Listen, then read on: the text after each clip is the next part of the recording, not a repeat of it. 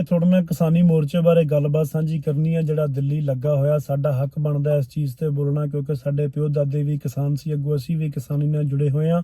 ਔਰ ਸਾਡੇ ਤੇ ਲਾਜ਼ਮ ਹੈ, ਅਗਰ ਸਾਨੂੰ 4 ਜੀ ਸੁਣਦੇ ਨੇ ਤਾਂ ਅਸੀਂ ਆਪਣੇ ਆਪ ਦੀ ਯਾਨੀ ਆਪਣੇ ਕਿਸਾਨ ਦੀ ਆਵਾਜ਼ ਬਣੀਏ।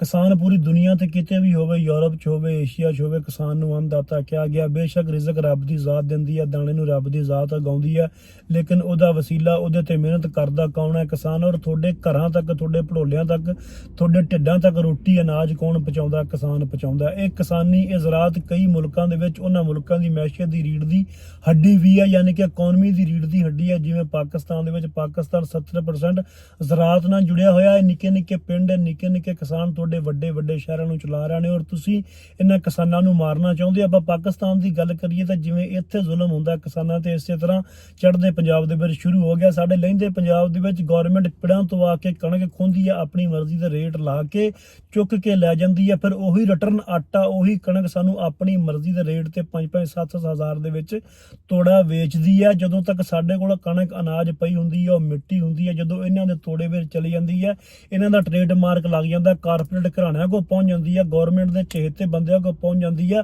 ਉਦੋਂ ਉਹ ਬ੍ਰਾਂਡ ਬਣ ਜਾਂਦੀ ਹੈ। ਅੱਜ ਸਾਡੀ ਕਿਸਾਨੀ ਨੌਜਵਾਨੀ ਚੜ੍ਹਦੇ ਪੰਜਾਬ ਦੀ ਦਿੱਲੀ ਨੱਪਣ ਨੂੰ ਤਿਆਰ ਹੈ। ਜਿਵੇਂ 2020-21 ਦੇ ਵਿੱਚ ਇਹ ਉਹੀ ਰੌਲਾ ਚੱਲਦਾ ਪਿਆ, ਉਹੀ MSP, ਉਹੀ ਬਿੱਲ ਜਿਹੜੇ ਨੇ, ਉਦੋਂ ਮੋਦੀ ਗੌਰਮੈਂਟ ਨੇ, ਇੰਡੀਅਨ ਸਰਕਾਰ ਜਿਹੜੀ ਆਪਣੇ ਆਪ ਨੂੰ ਡੈਮੋਕ੍ਰੇਟ ਕਹਿੰਦੀ ਹੈ, ਪਾਕਿਸਤਾਨ ਵਾਂਗੂ ਆਪਣੀ ਲੁਕਾਈ ਤੇ ਆਪਣੇ ਵਸੇਬ ਤੇ ਜ਼ੁਲਮ ਕਰ ਰਹੀ ਹੈ, ਉਦੋਂ ਟਰਕਾ ਕੇ ਕਿਸਾਨਾਂ ਨੂੰ, ਪੰਜਾਬੀਆਂ ਨੂੰ ਉੱਥੋਂ ਉਠਾ ਦਿੱਤਾ ਕਿ ਤੁਸੀਂ ਚਲੋ ਜੋ ਅਸੀਂ ਕਰ ਦਾਂਗੇ, ਲੇਕਿਨ ਨਹੀਂ ਕੀਤੇ।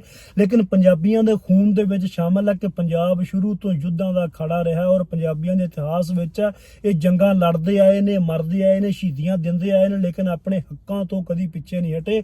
ਇਹ ਜ਼ੁਲਮ ਦੇ ਖਿਲਾਫ ਖੜੇ ਹੁੰਦੇ ਆਏ ਨੇ। ਸਾਡੀ ਕਿਸਾਨੀ, ਸਾਡੀਆਂ ਮਾਵਾਂ ਭੈਣਾਂ, ਸਾਡੇ ਬਜ਼ੁਰਗ ਅੱਜ ਫਿਰ ਦਿੱਲੀ ਨੱਪਣ ਨੂੰ ਤਿਆਰ ਨੇ। ਔਰ ਦਿੱਲੀ ਨੂੰ ਬਚਾਉਣ ਵਾਸਤੇ ਦਿੱਲੀ ਦੇ ਮਾਲਕਾਂ ਨੇ ਬਾਰਡਰਾਂ ਤੇ, ਜਿਹੜੇ ਦਿੱਲੀ ਦੇ ਬਾਰਡਰ ਨੇ, ਉਹਨਾਂ ਦੇ ਆਲੇ ਦੁਆਲੇ ਕਿਤੇ ਸੀਮੈਂਟ ਦੇ ਬੈਰੀਕੇਡ ਲਾਏ ਹੋਏ ਨੇ, ਕਿਤੇ ਲੋਹੇ ਦੇ ਬੈਰੀਕੇਡ ਲਾਏ ਹੋਏ ਨੇ, ਕਿਤੇ ਕੰਟੇਨਰਾਂ ਦੇ ਵਿੱਚ ਭਰ ਕੇ ਮਿੱਟੀ ਉੱਤੇ ਰੱਖੇ ਹੋਏ ਨੇ, ਕਿਤੇ ਧਰਤੀ ਤੇ ਐਡੇ ਐਡੇ ਉੱਚੇ ਕਿੱਲ ਲਾਏ ਹੋਏ ਨੇ, ਕਿਤੇ ਖਾਰਦਾਰ ਤਾਰਾਂ ਲਾਈਆਂ ਹੋਈਆਂ ਨੇ, ਔਰ ਕਿਤੇ ਪਾਣੀ ਦੇ ਵਿੱਚ ਜ਼ਹਿਰ ਮਿਲਾ ਕੇ ਕਿਸਾਨਾਂ ਦੇ ਮਾਰਨ ਨੂੰ ਤਿਆਰ ਬੈਠੇ ਨੇ। ਕਿਤੇ ਗੋਲੀਆਂ ਨੇ, ਬੰਬ ਨੇ, ਬੰਦੂਕਾਂ ਨੇ, ਆਂਸੂ ਗੈਸ ਹੈ, ਬਹੁਤ ਕੁਝ ਉੱਥੇ ਦਿੱਲੀ ਨੂੰ ਬਚਾਉਣ ਵਾਸਤੇ ਕਰ ਰਹੇ ਨੇ। ਲੇਕਿਨ ਉਹਨਾਂ ਨੂੰ ਇਹ ਨਹੀਂ ਪਤਾ, ਜਿਹੜੇ 2020-21 ਦੇ ਵਿੱਚ ਆ ਕੇ ਚੜ੍ਹ ਕੇ ਲਾਲ ਕਿਲੇ ਦਾ ਝੰਡਾ ਲਾ ਗਿਆ ਸੀ, ਉਹਨਾਂ ਹੁਣ ਕਿੱਥੇ ਟਲਣਾ। ਹੁਣ ਵੀ ਘਰੋਂ ਤਾਣ ਕੇ ਆਏ ਨੇ। ਅੱਗੇ ਤੁਸੀਂ ਉਹਨਾਂ ਨੂੰ ਗੱਲੀ ਬਾਤੀ ਇੱਥੋਂ ਤੋੜਤਾ ਸੀ, ਲੇਕਿਨ ਹੁਣ ਆਪਣਾ ਹੱਕ ਉਹ ਲਿਖਤੀ ਰੂਪ ਦੇ ਵਿੱਚ ਲੈ ਕੇ ਜਾਣਗੇ। ਬਾਕੀ ਵੀਰੋ, ਇਹ MSPਆਂ, ਇਹ ਬਿੱਲ, ਕਿਸਾਨਾਂ ਦੇ ਕਰਜ਼ੇ ਨਾ ਮਾਫ ਕਰਨਾ, ਆਪਣੇ ਕਾਰਪੋਰੇਟ ਘਰਾਣਿਆਂ ਦਾ, ਚਹੇਤੇ ਬੰਦਿਆਂ 10-10 ਹਜ਼ਾਰ ਕਰੋੜ ਰੁਪਈਆ ਮਾਫ ਕਰਨਾ, ਇਹ ਉਹੀ ਗੱਲਾਂ ਨੇ ਜਿਹੜੀਆਂ ਬਾਈ ਦੀਪ ਸਿੱਧੂ ਕਰਦਾ ਹੁੰਦਾ ਸੀ। ਅੱਜ ਉਹਦੀਆਂ ਗੱਲਾਂ ਯਾਦ ਆਉਂਦੀਆਂ ਨੇ। ਉਹ ਪੜ੍ਹਿਆ ਲਿਖਿਆ ਬੰਦਾ ਸੀ,